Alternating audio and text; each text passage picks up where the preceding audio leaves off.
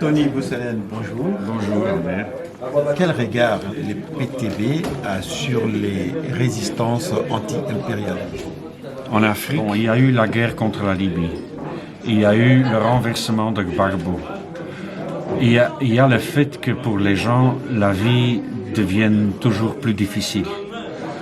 Et ils ne voient pas d'issue dans la façon dont l'Occident s'y prend. Et que donc alors tu as des mouvements de masse qui ont poussé à certains moments des militaires à faire des coups d'État. Mais avant, il y avait des grands mouvements de masse qui disaient les armées européennes, l'armée française doit dégager ici. Parce que ça nous donne plus de problèmes, plus qu'ils sont là, plus qu'il y a de violence. Donc en 2012, quand les Français sont arrivés, il y avait un terroriste qui était venu à partir de la Libye, mais les dernières années qu'ils étaient là, il y avait vraiment beaucoup plus de violence et beaucoup plus de milices. Et donc les gens ont constaté ça et ils ont dit non, les armées françaises doivent quitter. Maintenant, le Niger dit aussi que l'armée américaine doit quitter. Vous savez pourquoi? Parce que les Américains sont venus avec une haute délégation et ils se sont imposés contre tout protocole. Donc, ils vont dire au gouvernement de Niger, bon, vous devez revoir vos relations avec la Russie et l'Iran. Il dit ça comme ça. Et donc le gouvernement de Niger a dit non, ça ne va pas, nous sommes un pays souverain. Plus vous venez ici nous dicter comment on doit se comporter vis-à-vis de notre politique internationale. Et le gouvernement de Niger a dit, sorry, mais la base que les Américains ont au Niger, c'était la plus importante base des Américains en Afrique, pour l'Africom, en dehors de Djibouti. Et donc ils peuvent la dégager. Donc moi je trouve ça une bonne évolution. Naturellement, c'est vrai que ces gouvernements ne sont pas des anti-impérialistes bien formés et bien conscients, etc. Mais ils réagissent sur base de notre peuple veut la souveraineté, veut en finir avec la terreur. Les Occidentaux ne nous aident pas, au contraire. Donc, on les met dehors. Mais, Tony Boussalen, la plupart de ces mouvements ont toujours connu des échecs. Oui. Est-ce qu'il y a des leçons à tirer? Oui, souvent il y a eu des échecs et le problème, selon moi, que nous voyons, c'est que il faut des partis solides.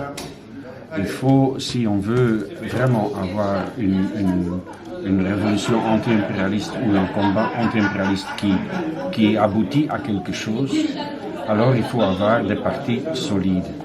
Donc quand tu vois la Chine, le Vietnam, sont des pays qui se sont libérés à travers des guerres, mais c'est à cause du fait qu'ils avaient des partis solides qui étaient très,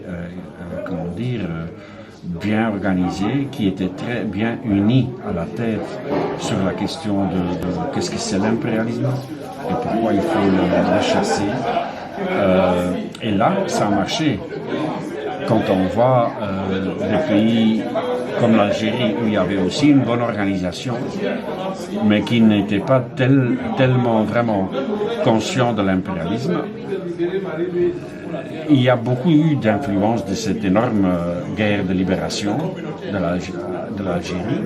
Toujours aujourd'hui, cette influence est là, mais ce n'est pas la même chose que le Vietnam ou la Chine. Et donc, moi je vois aussi au Congo que le Lumumba, il n'a pas eu le temps de créer vraiment. Il a fait le MNC, qui était déjà un grand pas en avant contre tous les partis régionaux. Lui, il a fait un mouvement national congolais. Et quand les opportunistes ont commencé à agir contre lui parce qu'il appuyait vraiment les masses qui voulaient l'indépendance, alors il a fait le MNC Lumumba. Mais c'était dans un délai, quand tu vois le temps qu'il a pu prendre, qui lui a été donné, tout ça s'est joué dans un délai de 1 an. Donc c'est très très vite. Donc il n'a pas vraiment eu l'occasion. Alors il y a Moulele, qui l'a suivi, qui a essayé de créer quelque chose de plus consistant. Ça a duré un peu plus, mais il n'a pas réussi vraiment à unifier tous les gens de gauche conséquentes qui étaient lumumbistes et qui étaient pour la vraie indépendance et qui n'acceptaient pas Mobutu. Il n'a pas réussi à unir tous ces gens.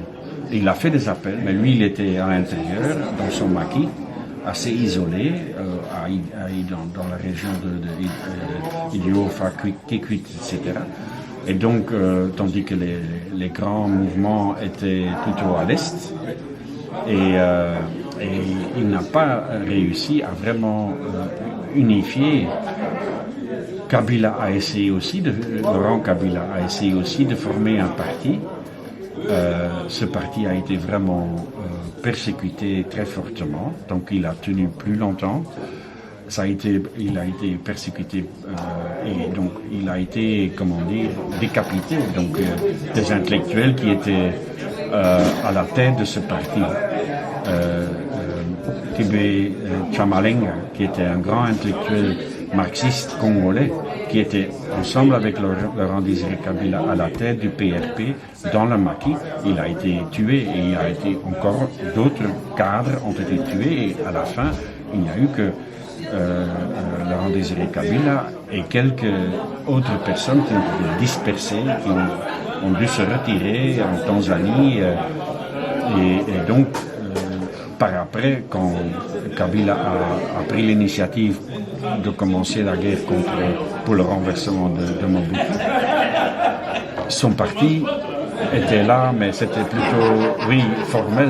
Donc, et il n'a pas eu vraiment le temps de s'occuper de ce parti. Et il a dû diriger le pays et diriger aussi la guerre de résistance quand les Rwandais, les Ougandais ont agressé en 98. Donc, il a fait le CPP. Le CPP, Comité de pouvoir populaire, c'était un programme anti-impérialiste, mais il n'y avait pas de parti qui comprenait ça. Et qu'est-ce qui s'est passé? Tous les Mobutistes se sont infiltrés dans le CPP, habitués d'être la plus grande gueule dans le quartier depuis 20 ans, 30 ans, et donc ils ont continué à faire ça à l'intérieur des CPP. Ils ont kidnappé un peu le CPP, et donc de cette façon, après, quand Joseph Kabila a repris par après, et quand il a dû faire la paix avec Sun City, le CPP n'existait plus parce que c'était une forme d'État, comité de pouvoir populaire, et il n'existait plus au moment qu'il a dissous le CPP parce qu'il savait qu'il fallait aller vers le 1+4 et le 1+4, tous les autres n'allaient jamais accepter un État CPP. Il a dissous le CPP, mais il n'y a aucun CPP qui a protesté ou qui a dit non, nous devons continuer le combat. Non, il n'y avait rien.